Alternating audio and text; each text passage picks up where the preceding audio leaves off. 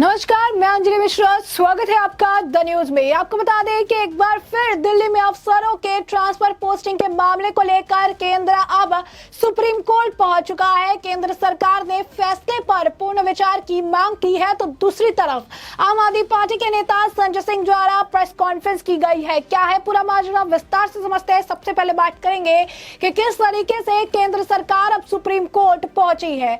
तो दिल्ली के अफसरों पर किसका कंट्रोल होगा, इसका फैसला भले ही सुप्रीम कोर्ट ने कर दिया हो, मगर केंद्र बनाम दिल्ली सरकार की तकरार अभी खत्म नहीं हुई है। दिल्ली में अफसरों के ट्रांसफर पोस्टिंग का मामला एक बार फिर से सुप्रीम कोर्ट पहुंच गया है। केंद्र सरकार ने सुप्रीम कोर्ट के फैसले के खिलाफ एक पुनर्विचार याचिका दाखिल की है। केंद्र सरकार ने सुप्रीम कोर्ट में याचिका दाखिल कर 11 मई के फैसले पर पूर्ण विचार की मांग की है। केंद्र सरकार का यह कदम ऐसे वक्त आया है जब एक दिन पहले ही केंद्र सरकार ने एक ऑर्डिनेंस जारी किया है, जिसे लेकर एक बार फिर से दिल्ली सरकार से तकरार बढ़ती दिख रही है। बता दें कि बीते दिनों संवैधानिक पीठ ने दिल्ली में अधिकारियों के ट्रांसफर पोस्टिंग का अधिकार दिल्ली सरकार को दिया था। दरअसल केंद्र सरकार ने दैनिक स्कालर के ग्रुप ए अधिकारियों के तबादले और उनके खिलाफ अनुशासनात्मक कार्रवाई के लिए राष्ट्रीय राजधानी लोक सेवा प्राधिकरण गठित करने के उद्देश्य से शुक्रवार को एक अध्यादेश रात को जारी किया। गौरतलब है कि अध्यादेश जारी किए जाने के महज एक सप्ताह पहले ही सुप्रीम कोर्ट ने राष्ट्रीय राजधानी में पुलिस, कानून व्यवस्था और भूमि को छोड़कर अन्य सभी सेवाओं का नियंत्रण दिल्ली सरकार को सौंप दिया था। हालांकि दिल्ली के मुख्यमंत्री अरविंद केजरीवाल ने अध्यादेश आने से पहले ही आपको बता दें कि शुक्रवार के दिन में आरोप लगाया कि केंद्र सुप्रीम कोर्ट के फैसले को पलटने के लिए अध्यादेश जारी करने की योजना बना रही है। अध्यादेश में कहा गया है कि राष्ट्रीय राजधानी लोक सेवा प्राधिकरण नाम का एक प्राधिकरण होगा जो उसे प्रदान की गई शक्तियों का उपयोग करेगा और उसे सौंपी गई जिम्मेदारियों का निर्वहन करेगा। प्राधिकरण में दिल्ली के मुख्यमंत्री, उनके अध्यक्ष होंगे, साथ ही इसमें मुख्य सचिव और प्रधान सचिव सदस्य होंगे। अध्यादेश में कहा गया है कि प्राधिकरण द्वारा तय किए जाने वाले सभी मुद्दों पर फैसले उपस्थित और मतदान करने वाले सदस्यों के बहुमत से होगा। प्राधिकरण की सभी सिफारिशों का सदस्य सचिव सत्यापन करेंगे। अध्यादेश में कहा गया है कि प्राधिकरण उसके अध्यक्ष की मंजूरी के सदस्य सचिव द्वारा तय किए गए समय और स्थान पर बैठक करेंगे।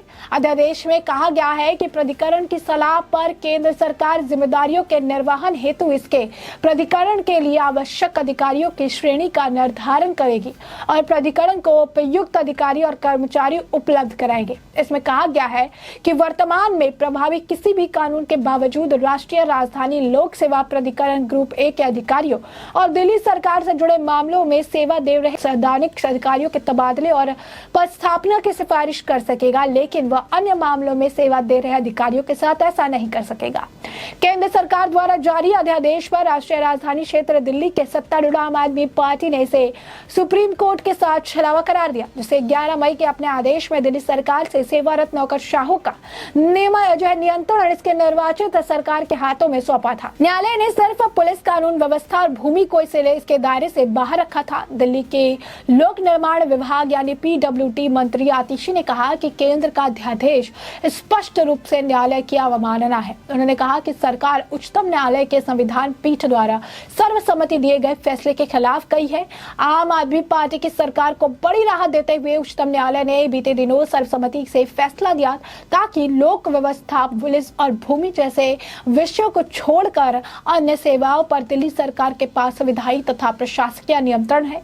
उच्चतम न्यायालय के प्रधान न्यायाधीश DY चंद्रचूड़ की अगुवाई वाली संविधान पीठ ने कहा था कि नौकरशाहों पर एक निर्वाचित सरकार का नियंत्रण होना चाहिए। उन्होंने कहा कि केंद्र शासित प्रदेश दिल्ली का विशेष प्रकार का दर्जा है और उन्हें न्यायाधीश अशोक भूषण के 2019 के उस फैसले से सहमति नहीं जताई कि दिल्ली सरकार के पास सेवाओं पर कोई अधिकार नहीं है। तो आप स्पष्ट तौर पर अगर आप देखेंगे तो ये मामला अब गंभीर होता हुआ नजर आ रहा है। एक बार फिर इस मामले को लेकर अब सुप्रीम कोर्ट जो है पहुंच गई है। केंद्र सरकार पुनर्विचार करने के लिए कह रही है। दूसरी तरफ आपको बता दें कि जैसे ही ऑर्डिनेंस लाया गया, आम आदमी पार्टी में जमकर बौखलाहट देखने के लिए मिली है। Back to back tweet, back to back press conference, back to back बयानबाजी देखने के लिए मिल रही है। और इसी बीच आम आदमी पार्टी के नेता और सांसद संजय सिंह ने जो है इसे लेकर प्रेस कॉन्फ्रेंस की और और उन्होंने बताया कि इस वक्त जो सिचुएशन चल रहा है ये आपातकाल का सिचुएशन है। उनके अनुसार उन्होंने कहा है कि अरविंद केजरीवाल ने 2016 में कहा था कि चीजें जो है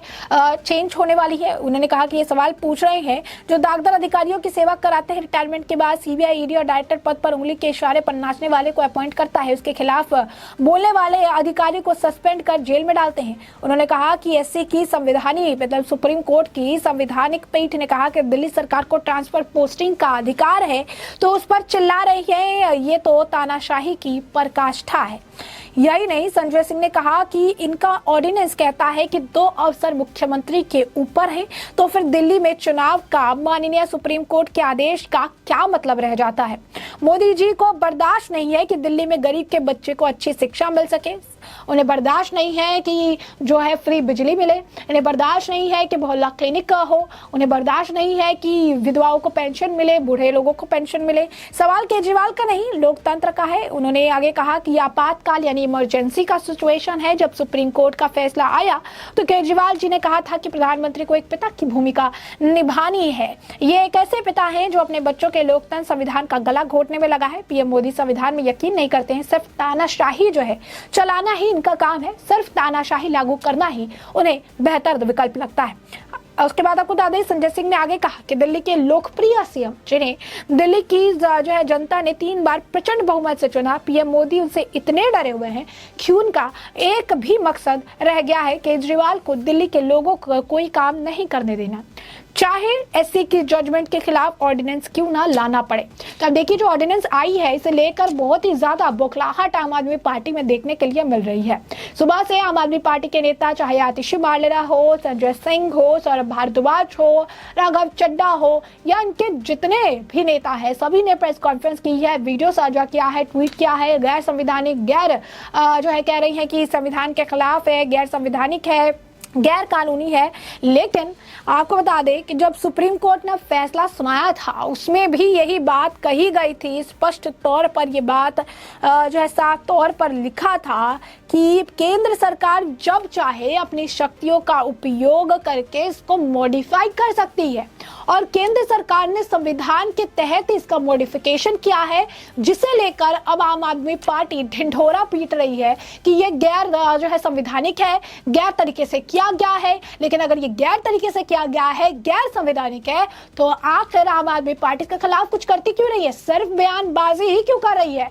वहीं दूसरी तरफ दिल्ली के अफसरों के ट्रांसफर पोस्टिंग के मामले का केस जो है सुप्रीम कोर्ट फिर से पहुंच चुका है और केंद्र सरकार ने इस फैसले पर सुप्रीम कोर्ट को पूर्ण विचार करने की मांग की है, याचिका जो है दाखिल की है। उन्होंने कहा है कि 11 मई को जो उन्होंने फैसला लिया है उस पर वो पूर्ण विचार करें, क्योंकि दिल्ली जो है एक यूनियन टेरिटरी है, इसके अंदर कई सारे फॉरेन कह सकते हैं एम्बेसीज आते हैं, काफी कुछ इसके जो है प्रधानमंत्री का कार्यालय, राष्ट्रपति का कार्यालय, सब कुछ है। तो प्रॉपर तरीके से सिर्फ केजरीवाल के हाथ में इसका निर्वहन करने का जो आप कह सकते हैं आदेश पारित नहीं किया जा सकता है। तो ऐसे में आप देखिए ऑर्डिनेंस को लेकर एक बार फिर तकरार बढ़ गई है और एक बार फिर सुप्रीम कोर्ट का रुख करती नजर आई केंद्र सरकार। क्या कुछ फैसला आएगा उससे हम आपको अपडेट रखेंगे। फिलहाल के लिए इस पूरे मामले पर आपकी जो राय हो कमेंट सेक्शन में कमेंट करके जरूर साझा करें। धन्यवाद।